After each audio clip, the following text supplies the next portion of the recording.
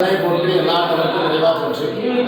அற்புதமான இந்த திருநெல்வேலி மாவட்டத்தில் அமைந்துள்ள ஸ்ரீ நான்குநேரி எனும் சொல்லப்படக்கூடியதான இந்த திவ்ய கஷேத்திரத்திலே ஸ்ரீ வானமாமலை மடத்திற்கு பாத்தியப்பட்டதான அருள்மிகு ஸ்ரீ சிவகாமி அம்பிகா சமேத ஸ்ரீ திருநாகேஸ்வர பெருமானுடைய ஆலயத்திலே புனராவர்த்தன அஷ்டபந்தன மகா கும்பாபிஷேக விழாவானது சிறப்பாக நடைபெற்று நாளைய தினம் ஜூலை 1ஆம் தேதி புதன்கிழமை காலை சரியாக 11 மணிக்கு மேலாக 12 மணிக்குள்ளாக மிக சிறப்பாக நடைபெற இருக்கின்றது.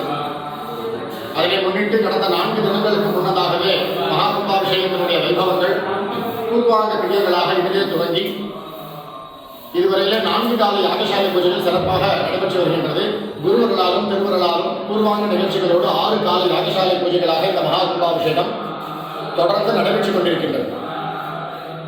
அதோடு மட்டுமல்லாமல் எத்தனையோ விதமான சைவ அன்பர்களும் அடியார் பெருமக்களும் மற்றும் வேத வித்வான்களும் சிவாச்சாரிய பெருமக்களும் மற்றும் ஏனைய சிவனைய செல்வர்கள் அனைவரும் இந்த கும்பாபிஷேகத்திலே கலந்து கொண்டு சிறப்பித்துக் கொண்டிருக்கின்றார்கள்.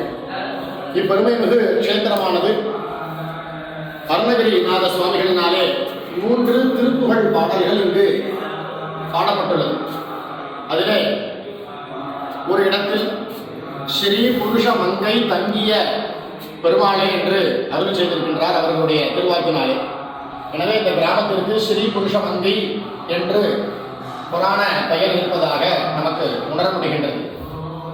சிறப்புமிக்கதான இந்த நான்குநேரி என்று சொல்லக்கூடியதான இந்த திவ்ய கஷேத்திரத்திலே கடந்த 200 ஆண்டுகளுக்கு பிறகு நமது ஆலயத்திலே மகா கும்பாபிஷேகம் தற்சமயம் நடைபெறுகின்றது.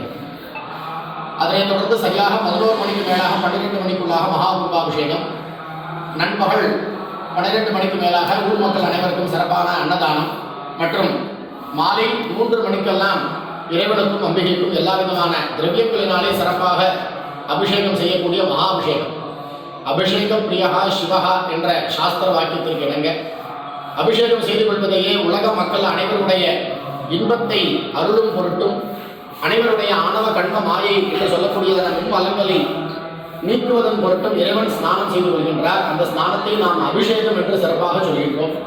இச்சிறப்புமிக்க அபிஷேகமானது மகா அபிஷேகமாக நாளைய தினம் செய்யப்பட இருக்கின்றது. சரியாக 3 மணிக்கெல்லாம் மகாபிஷேகமானது செய்யப்பட்டு ரதஸ்தம் வா விஷஸ்தம் வா சந்தனாலிப்த தாண்டகம் சகர் தர்ஷமாத்திரேன புனர்ஜன்மன வித்தியதே என்று சிவாகமங்களிலே இறைவன் அருள் செய்திருக்கின்றார்.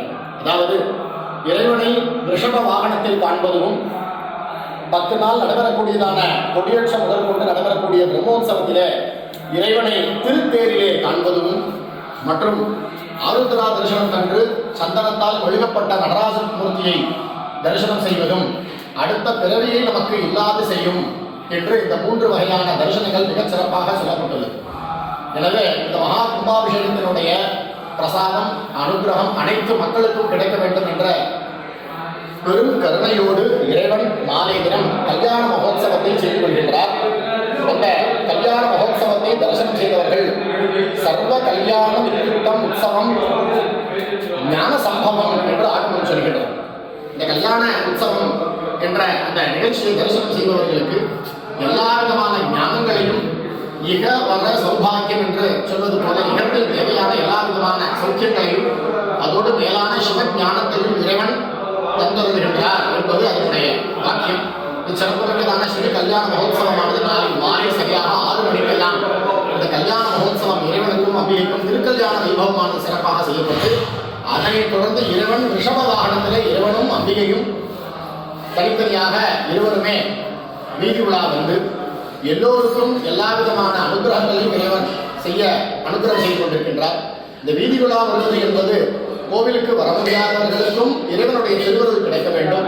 இந்த கும்பாபிஷேகத்தினுடைய அனுகிரகமும் இந்த கும்பாபிஷேகத்தினுடைய திருவருள் மற்றும் இந்த கல்யாண மகோத்சவத்தினுடைய அனுகிரகமும் அனைத்து மக்களுக்கும் கிடைக்க வேண்டும் என்பதற்காகவே ஆலயத்திற்கு வந்து தரிசனம் செய்ய முடியாதவர்களுக்கும் கூட அந்த பலன் போய் தர வேண்டும் என்பதற்காக இறைவனே அவருடைய இடத்திலிருந்து நமது கிராமத்திற்கு எழுந்தருளி கிராமத்தை ரதவீதி வழியாக வலம் வந்து எல்லா மக்களுக்கும் எல்லா விதமான இன்பத்தையும் இறைவன் அருள இருக்கின்றார். எனவே பக்த பெருமக்கள் யாவரும் நாளைய தினம் தவறாது நமது நான்மநேரி ஸ்ரீ திருநாகேஸ்வர சுவாமியினுடைய ஆலய மகாகும்பாபிஷேகத்தினை கலந்து கொண்டு எல்லா வளமும் நலமும் பெற்று எல்லாம் நல்ல சிவபெருமானுடைய திருவருளை பரிபூர்ணமாக பெற்று உயிர்படி இப்போது கிராமத்தின் சார்பாக நமது ஆலய மட நிர்வாகத்தின் சார்பாக அரசர்களின் சார்பாகவும் கிராம பொதுமக்களின் சார்பாகவும் அன்போடு அழைக்கின்றோம்.